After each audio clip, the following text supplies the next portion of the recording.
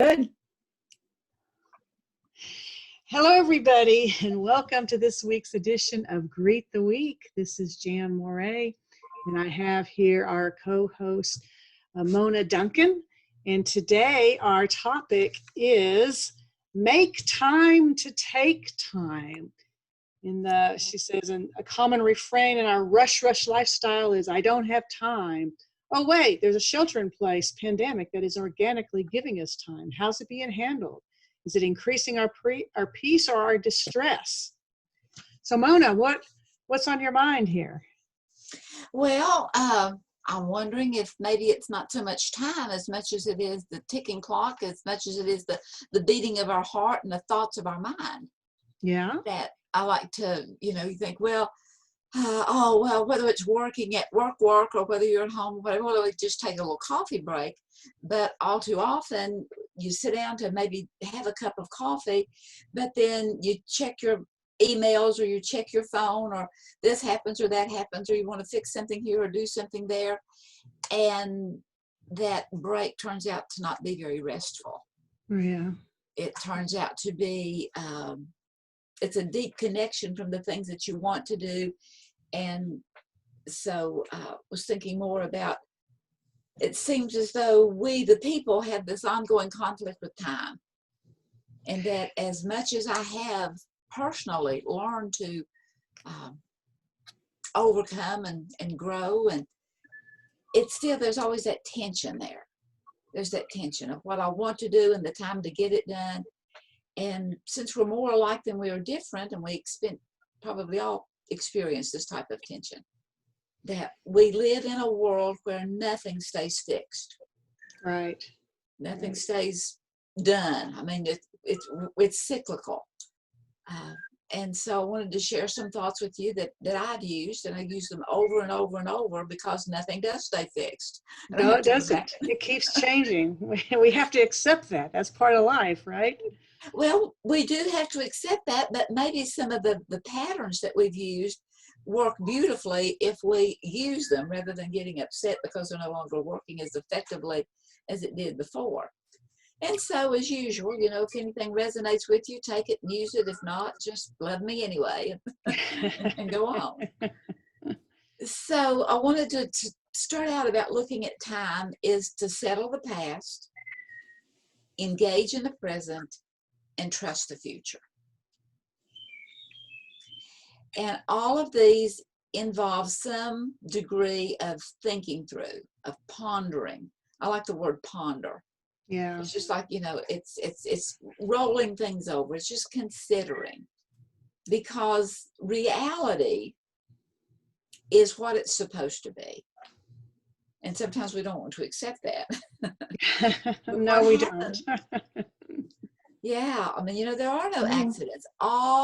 Everything came together at the right time, or it wouldn't have happened. And whether it's something we enjoy and it's spontaneous and it's all that, it's wonderful, or whether it's not so good, or whether it's the mundane. I like to put things in a bookend. And on one end I have holy, and on the other end I have evil, because bookends have a tendency to kind of, the spectrum. Look at the spectrum. Okay. Yeah. But then in the middle, it's mundane, because it's so cyclical. It's the same thing over and over and over again. It's 7 days a week and 12 months of the year. And out of the 52 weeks in any given year, 33 of them are ordinary. Don't have anything to celebrate. Probably more than that. More than 33 are ordinary. Well, could be, because some of them are only just 1 or 2 days instead of a whole week that's given to it. But to begin to look at the tension.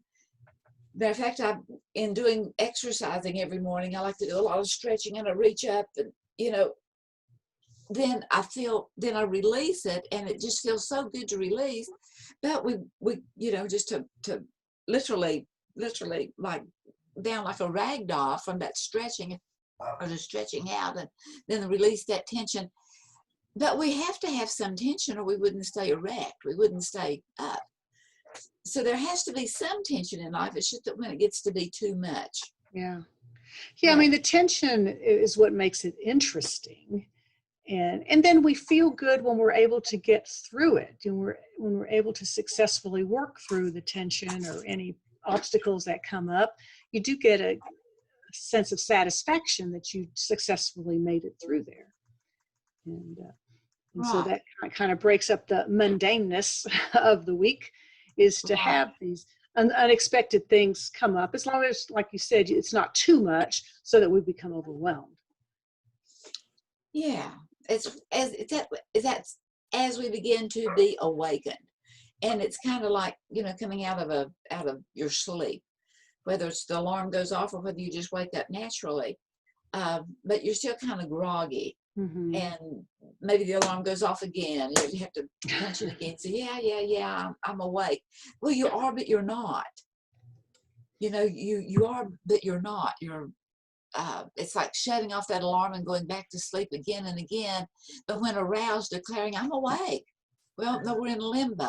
We're not, and we're lying to ourselves. So we need to begin to get real honest with ourselves through those daily meditations. And I like the fact that meditating literally means measuring. And everything, whether you're Okay. cooking or building or driving or whatever, everything has a measurement to it as to how many miles and how much time and all of this. And meditating is just measuring. It's looking at how much energy do I have, or am I generating in order to be able to accomplish this that's set before me. And some ways of kind of learning to not give into that tension is like whenever your phone rings, before you pick it up or even look at who's calling, just very slowly say 1, 2, 3. And then would you be more prepared for looking whatever that is, or however much is asking through those emails, or taking advantage of technology and maybe setting an alarm to go off every hour, so that you can deliberately, on purpose, take time to make time. Yeah, yeah. Take time to refresh. Take time to say, this has been done. This is a little bit more that needs to be done to that, so that you can go ahead and complete it and get it out of the way. Yeah. Yeah, one of the things I did back when I was in the corporate world, you get so much vacation every year. Well, we could accumulate ours, and then after so long, after you got collected so many days, you would lose it. So I didn't ever want to lose my vacation days. I wanted to make sure that I'd use them. And so the beginning of the year, I'd go through my calendar and mark so many days of vacation days. And even though, so that and so even though a lot of them I'd end up canceling the vacation day, but at least it was on the calendar. And so you get into the mindset of, I need to take some time off. I need to get away, and it just made things a lot better, knowing that you had those days reserved. And I was very firm with it. No, I'm not scheduling anything on this day, unless it was something, a real emergency, but that didn't happen very often. But and I find that now, even though I'm not working, I'm retired, and I have my day to do whatever I want. There's still my obligations that I've chosen to keep as my obligations, but I make sure that I have time to do my puzzles, and to do my reading, and to do the things that I enjoy, so that I don't get consumed with all the must do's. And then you do feel a lot less stressed when you know that you've got this time out. Otherwise you think that you're so scheduled that you have no free time at all. And just knowing that I've got this time reserved to do whatever I want is very soothing and calming.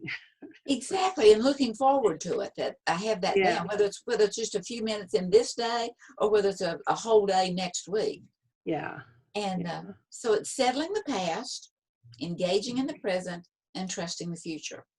So in that settling the past, it is, it's moving past. It is what you did do, what you didn't do, what you couldn't have done, what you didn't know to do.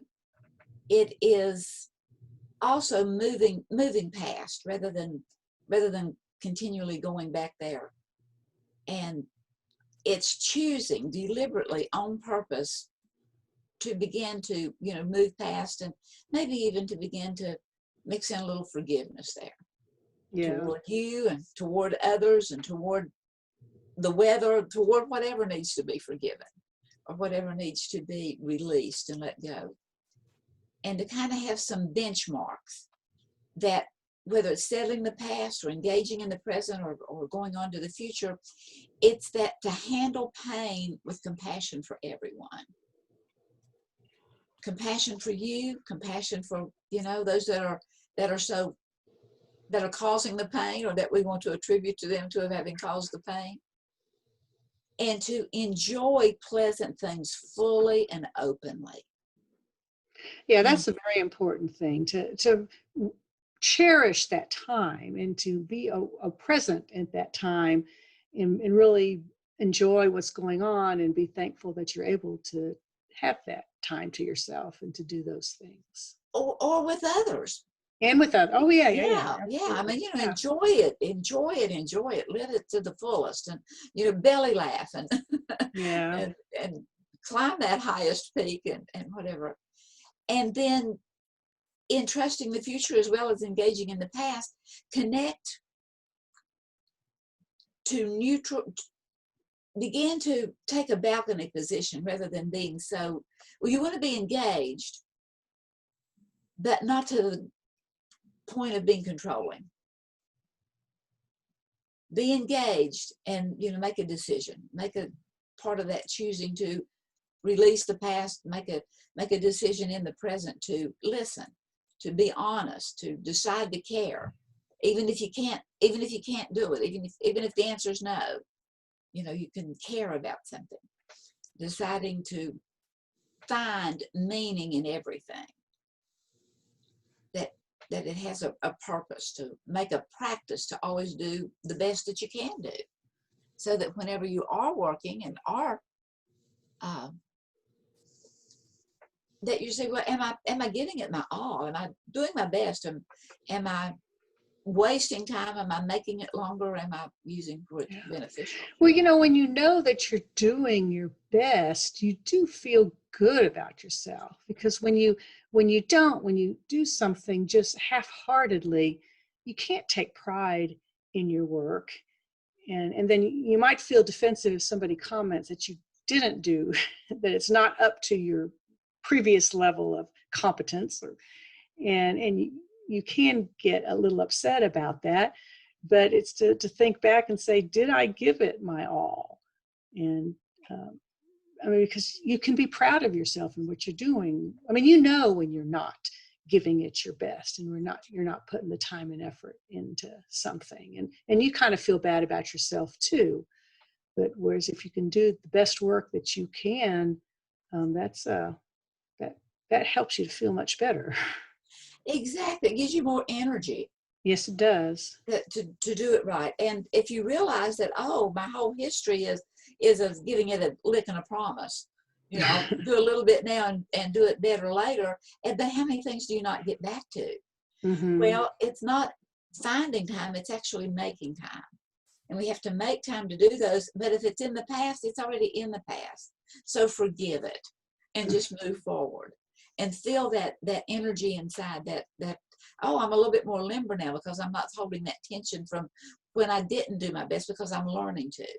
It's back to one Greet the Week that we talked about, where what we tell ourselves, listen to our self-talk. And, they said, well, destroy and uncreate those past times, because they're past anyway. Might as well just wipe them out and erase them. Not that you will forget them, but they may begin to take on a different flavor, that they're not quite so oppressive as they was otherwise. Yeah. And so such a weight against you that's keeping you from moving forward. So it brings on down now to some things to really begin to talk about. And one is, what is traction? So if we could, ask ourselves some unanswerable questions. we do know to a degree what traction is. So here I have my little car. Can you see it? I can, yes. Okay. So here And I your have my kitty car. wants to play with that car. Yes, yes. I need to stick that kitty out.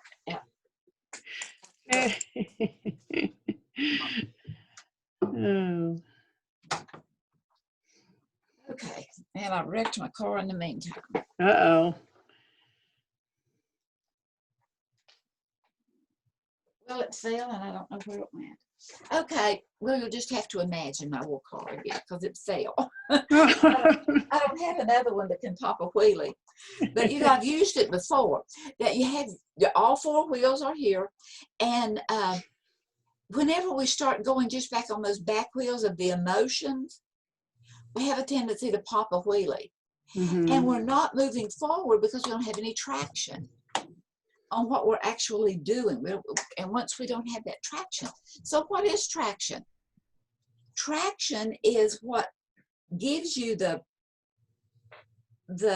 claws to move forward. It's going to give you the energy. It's going to give you the impetus. It's going to give you the want to move forward as you begin to make traction. And it helps you to chip away at your goals. It helps you to meet them. It helps you to be able to choose how you spend your day, how you're spending your time. It helps you to focus in where you can work on what's the most important. It helps to lessen distractions, or even if there are distractions, it helps you to not allow those demands to come in full force. I had never thought about traction that way. So you're talking about the traction is kind of what's helping you to stay focused. Is that? Yes, exactly. To keep you Okay. on track. Okay. Whether it's running on track, or whether it's with a vehicle that's trying to get out of a sticky place, or whether it's mountain climbing, whatever it is, it's giving you that traction. It's giving you that energy. It's giving you that stickiness so that you can hang on to it and take care of it while it's in your hand. But you don't hang on to it and you don't prolong it, because you know, in traction in a car, that wheel is going to keep going so that you're moving forward and getting more done, and you feel more accomplished, and then you're refreshed because you can release it. And so begin to ask yourself some of those unanswerable questions. Not that there's an answer. I don't like having answers, because maybe there's so much more that goes with it that this was just a little part of it. So I always want to live in the mystery and ask that unanswerable question: how can I see things differently? And it may take a while to see it differently. That makes a huge difference. But even if we begin to give it that little wiggle room, we can begin to see things in a different perspective. And the question is, do I like the way I feel? Do I like the accomplishments I've done? You know, how can I change my mind? Am I making a big deal out of this? Am I making not a big enough deal about it? Because, you know, we've already talked about the fact that all of these things are measurements. It's always measuring. And if we're cooking and we put in too much or not enough, it's not going to come out. And so that time to think about it, that time to meditate, that time to be engaged is helping you to measure what is to be done and what maybe will be the outcome. So it sounds like you're continuously self-evaluating and taking a look to see what the effect is of whatever you're doing, and whether it's taking you in the right direction. It's something that is positive for you, or maybe not so good. Right. Yeah. Well, it is that constant self-evaluation. I hadn't really thought about it like that, but it is. And it's, as we've talked about before, it's more about me than it is about you, even if it's in a difficult situation with a lot of other people or with one person. You know, it's more about how we are handling it than it is about how they are. Now, that is whether we are handling it pleasantly or not so pleasantly. But as we self-evaluate, or as we ask ourselves those questions, how can I see things differently? um, our creative system is very creative to let us see things in a different light if we're willing to see If them. if we're willing to look at the different ways. Yeah, it's that big old if in life. Yeah. If. And another way, I want another way to look at this. What this project, this cleaning, this what I want another way to look at it. This relationship. So do you think about having another way of looking at it when you're running into trouble, or just continuously through there to be looking at different? But do you Even when not things want are to going well. continuously improve in everything? Yeah. Yeah. Well, if that really is our ultimate goal, is to get better and better and better and better and better, then yeah, it's a continuous, ongoing thing. How can I do this a little bit better the next time? And then I always want to do my best, but I don't want that best to become mundane. Back to the holy and the evil. Yeah. I always want to be going toward the better. I always want to be good and having the traction toward the improvement. And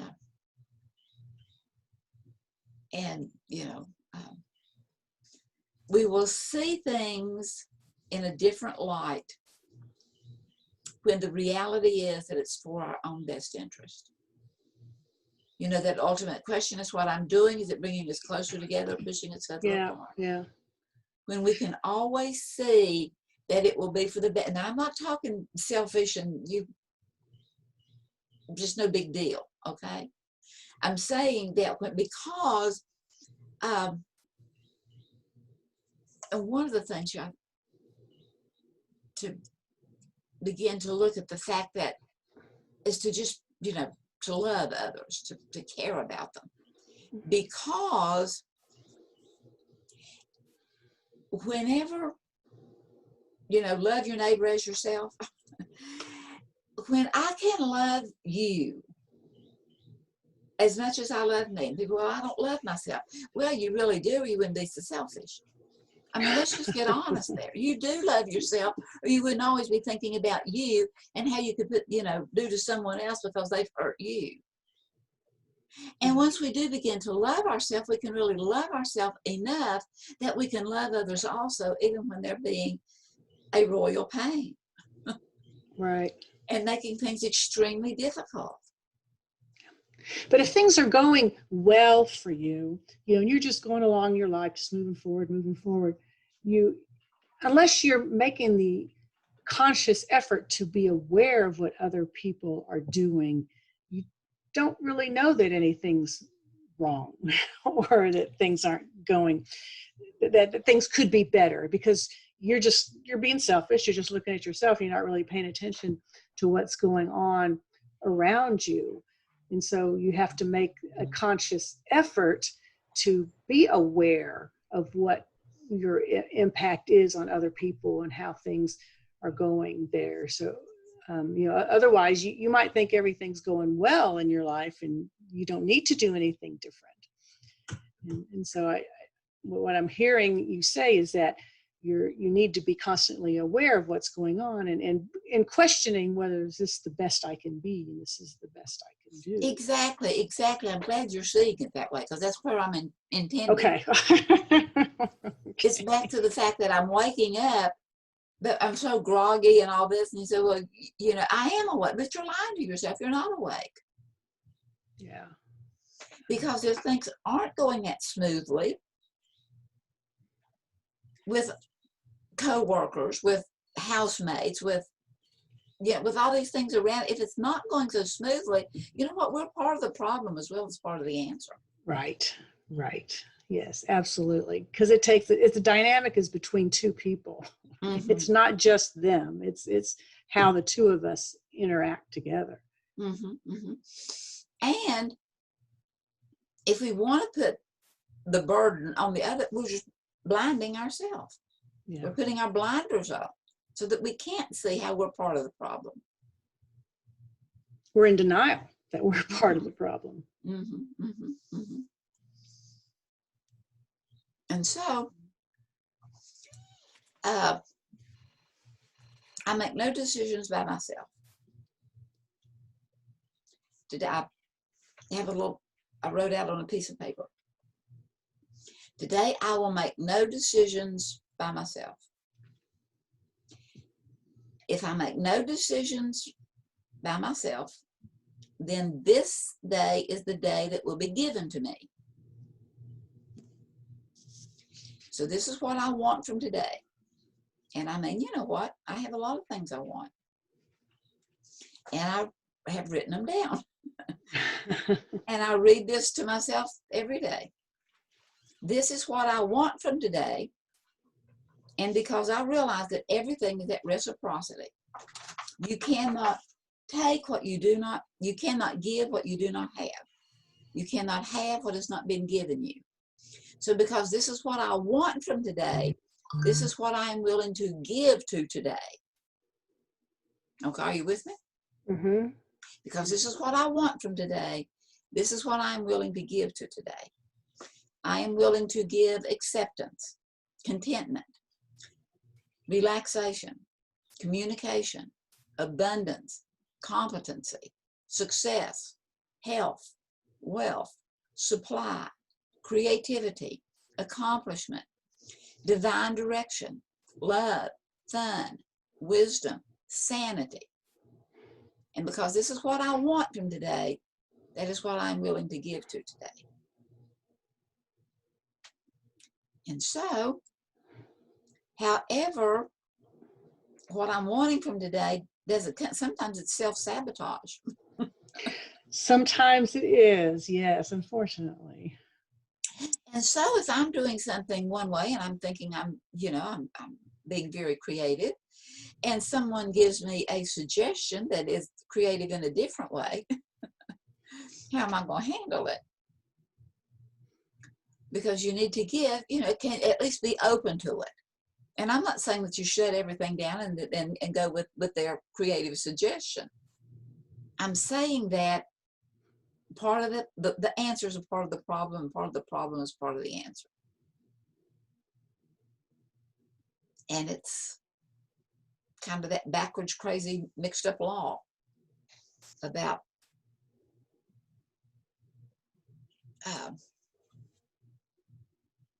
and trusting the future. Trusting if there's not that error, and we get an error message before we ever error. When we really become, the more aware we become of life and who we are and how we are interacting with life in general, and maybe some people in particular, we are aware of the fact we have an alarm go off that says no before we don't, or that says go before we go. And so it's being aware of those and listening to it. Yeah. Well, I'm not sure that I 100% agree with that, because sometimes something happens and you have an immediate reaction to it, and something will come out of your mouth. And it's not until it's out of your mouth where you're going, oh, maybe I shouldn't have said that. Did that really come out of my mouth? I mean, as soon as it happens, but it's so automatic that that you don't really you don't really realize what you're saying until those words are out there. Yeah. Well, you're on the right track, because what was it? We have to make time. You have to make time to take time, because time is always here. Time is always here. It's not that we'd run out of time. Yeah. Because even when we die, we didn't run out of time. It was just our time to not be here anymore, to not contribute to time anymore. And so it's the same with those words that we come out with. Sometimes it's because we haven't become aware enough of who we are that we're even comfortable enough to tell the truth to someone else. And we wait until it's such pressure on us that we scream it out rather than speak it out. But I think with the whole running out of time concept, for me, it's like you need to have goals of what you want to accomplish in your life. Well, and sure. then make the time to do them and keep moving forward with them.